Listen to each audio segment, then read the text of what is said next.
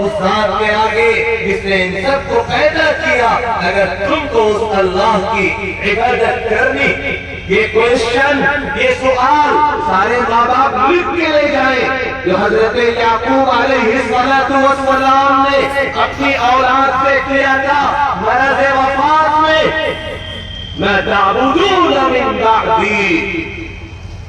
کوئی یہ نہ سمجھے میں عالم ہوں، میں مفتی ہوں، میں مدرسے چلاتا ہوں، میں مسجد میں عبادت کرتا ہوں، میں دعوت و تبلیغ میں وقت لگاتا ہوں، الہاد، بددینی، تحریت ہمارے گھر میں نہیں آئے گی۔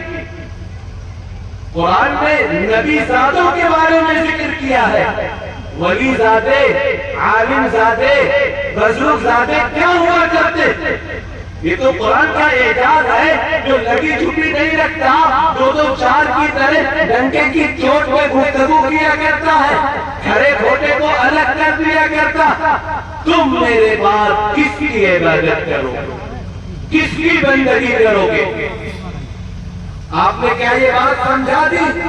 الا لہ الخلق والامر، یہ جانا گیا وضو کن چیزوں سے ٹوٹتا ہے، نماز کن چیزوں کی وجہ سے فاسد ہو جاتی ہے، جاننا بھی چاہیے۔ لیکن کیا کبھی یہ چرچا ہوا، یہ تذکرہ گھروں میں ہوا ایمان کن چیزوں سے ٹوٹ جاتا؟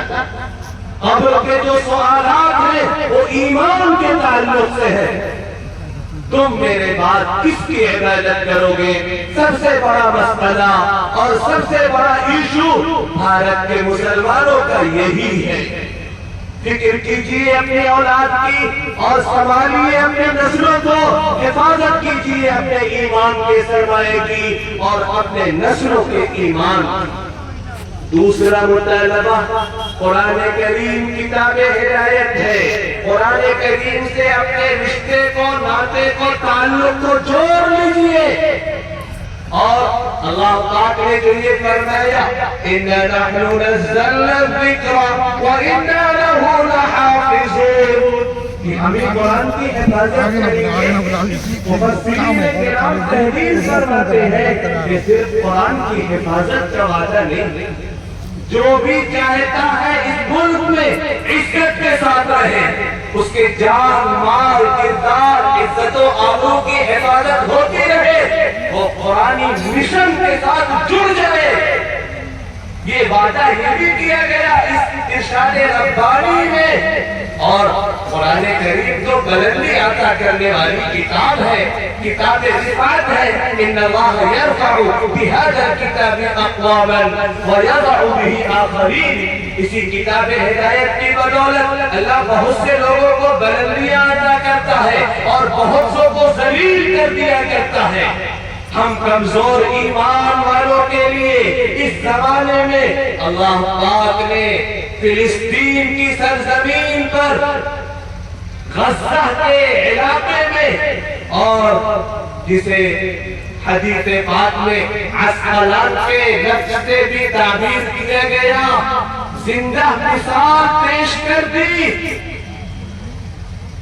وہ نسل اور وہ اللہ کے بندے جن میں شہادت کا، قربانی کا جذبہ اور شوق پایا گیا، راز کیا ہے؟ قرآن سے جڑنا۔ کوئی گھر ایسا نہیں ہے اس غزہ کا جہاں حافظ قرآن نہ پائے جائیں۔ لڑکے تو لڑکے، لڑکیوں کی بھی ایک بڑی تعداد حافظات کی ہے۔ اور پھر وہ ماڈرن ایجوکیشن سے بھی آراستہ ہے اور ٹیکنالوجی کے بھی میدان میں انہوں نے اپنے وجود کو ثابت کیا ہے۔ یہ قرآن کریم سے جڑنے کی برکت اور اس کا نتیجہ۔ ہم نے سیرت طیبہ کی کتابوں میں پڑھا تھا کہ ایک صحابی نے ایک سریہ کے موقع پر جب تیر آر پار ہو گیا، اس وقت یہ کہا شہید ہونے کی حالت میں، آخری جملہ، فزت ورب الکعبہ، کعبہ کے گھر کی قسم میں کامیاب ہو گیا۔ غزہ ہاشم میں سوشل میڈیا کے ذریعے اس کے عملی نمونے ان دنوں میں ہماری آنکھوں نے دیکھا اور ہمارے کانوں نے سنا۔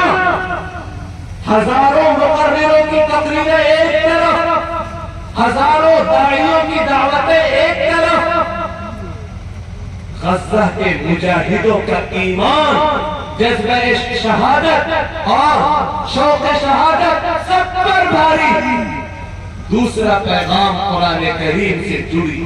تیسرا اور آخری پیغام، اللہ کے ساتھ اپنے رابطے کو مضبوط کیجیے، سچی توبہ کیجیے، مایوسی کے دلدل سے نکلیے۔ جو رات اور جو دن قبر کے اندر گزرنا ہے، دنیا کی کوئی طاقت اس زمین پر، اس آسمان کے نیچے اسے نہیں گزروا سکتی۔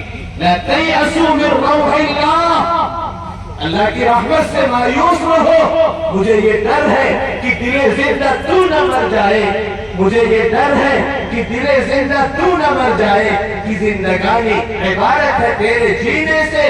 تنہائیوں میں روئیے، گڑ گڑائیے، دعائیں کیجئے اپنے لیے، اپنی اولاد کے لیے، اور خاص طور پر سرمایہ ایمان کی حفاظت کے لیے۔ تھوڑی دیر اللہ کا ذکر کیجئے، اللہ کی نعمتوں کا شکر ادا کیجئے۔ اللہ سے تعلق جوڑنے کا آسان راستہ ذکر اور نعمتوں پر شکر، اور تنہائیوں میں الحاح و زاری کے ساتھ دعائیں کرنا۔ وَأَنِيبُوا إِلَىٰ رَبِّكُمْ وَأَسْلِمُوا لَهُ، اپنے رب کی طرف رجوع ہو، اپنے پروردگار کی اطاعت کرو، فرما برداری کرو۔ دنیا کی ساری نعمتیں موجود، دل مضطرب ہے، بے قرار ہے، بے چین ہے، بے سکون ہے۔ قرآن کیا کہا؟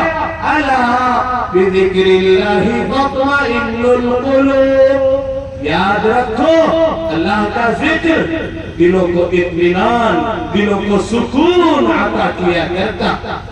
اگر ہم نے ان گزارشات پر عمل نہیں کیا، میں نے 3 گزارشات اور 3 مطالبے صرف پیش کیے ہیں، تو ہم کسی اور چیز کا خطرہ نہیں بتاتے۔